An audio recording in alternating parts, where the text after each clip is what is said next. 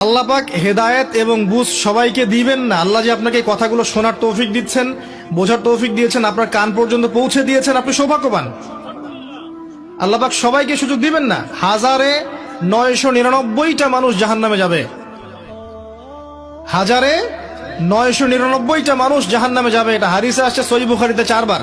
আর আল্লাহ পাক সূরা আরাফের 179 নম্বর আয়াতে ওটাও বলেছেন, ওয়ালাকাদ যারা'না লিজাহান্নামা কাসীরাম মিনাল জিন্নি ওয়াল ইনস। প্রচুর জিন আর মানুষকে দিয়ে আমি জাহান্নাম পূর্ণ করে দেব। লাহুম কুলুবুন লা ইয়াফকাহুনা বিহা, হৃদয় ছিল উপলব্ধি করতো না। ওয়া লাহুম আযানুন লা ইয়াসমাউনা বিহা, কান ছিল শুনতো না।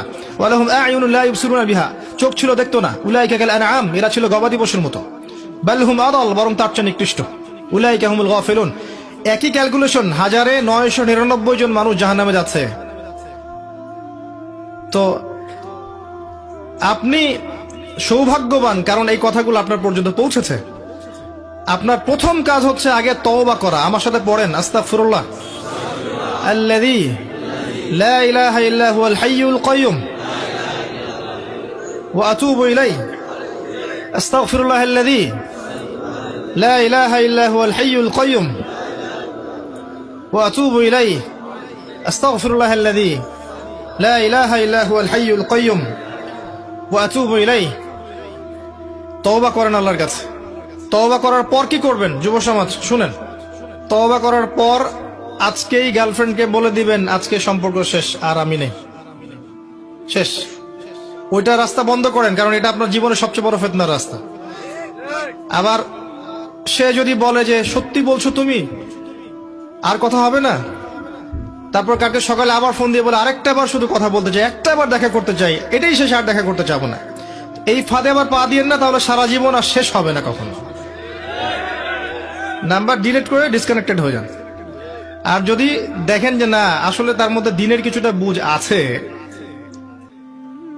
আপনার একটা রিজিকের সোর্স আছে, হালাল রিজিক খাচ্ছেন, মাশাআল্লাহ, চাকরি করছেন বা ব্যবসা করছেন, কিছু একটা করতে পারছেন, তার বাবার কাছে গিয়ে তার হাত চান বীর পুরুষের মতো, গিয়ে বলেন যে আমি আপনার মেয়েকে বিয়ে করতে চাই।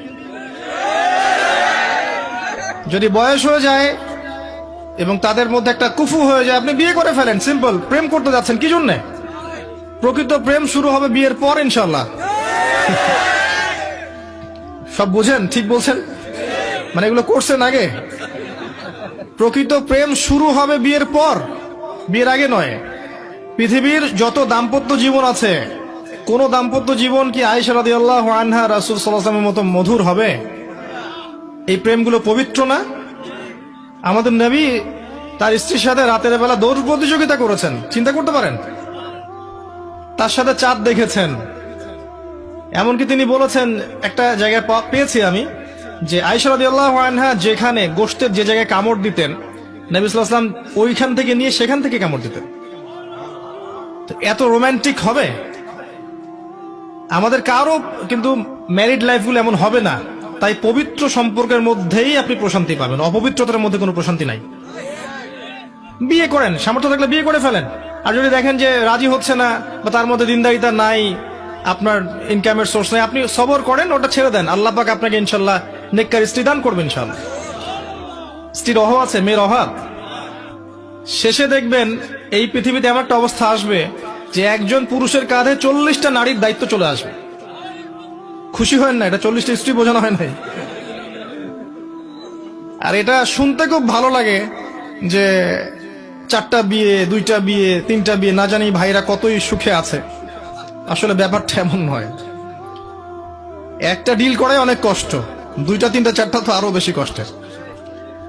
আর এই দিল্লি কা লাড্ডু যারা খেয়েছে তারাই জানে যে স্বাদ কেমন। তো যদি সম্ভব হয় বিয়ে করে ফেলেন, সম্ভব হচ্ছে না ছেড়ে দেন। আপনাকে আল্লাহ পাক ইনশাআল্লাহ দেখবেন নেককার স্ত্রী দিবেন। আল্লাহর কাছে চাবেন, কিভাবে চাবেন? সেজদায় দোয়া করবেন, হাত তুলে দোয়া করবেন, তাহাজ্জুদে দোয়া করবেন, বলবেন রব্বানা, বলেন হাব লানা মিন আজওয়াজিনা ওয়া যুররিয়াতিনা কুররাতা আ'য়ুন ওয়াজআলনা লিল মুত্তাকিনা ইমামা। এই দোয়া করবেন, আল্লাহ দিবেন ইনশাআল্লাহ। ইস্তেখারা করবেন, ভালো মন্দ যাচাই করবেন। আবার ইস্তেখারা করে মনে করেন একদিকে মন ঘুরে গেল, দেখলেন যে বোরখা পরা মেয়ে, মাশাআল্লাহ, মেয়ে দেখতে গেছেন। এখন বোরখা দেখেই সেখানে ফিদা হয়ে যাওয়ার দরকার নাই, কারণ সব বোরখার পিছনেই দিনদারিতা থাকে না। ঠিক আছে, দিনদারিতা কলবের বিষয়, হৃদয়ের বিষয়।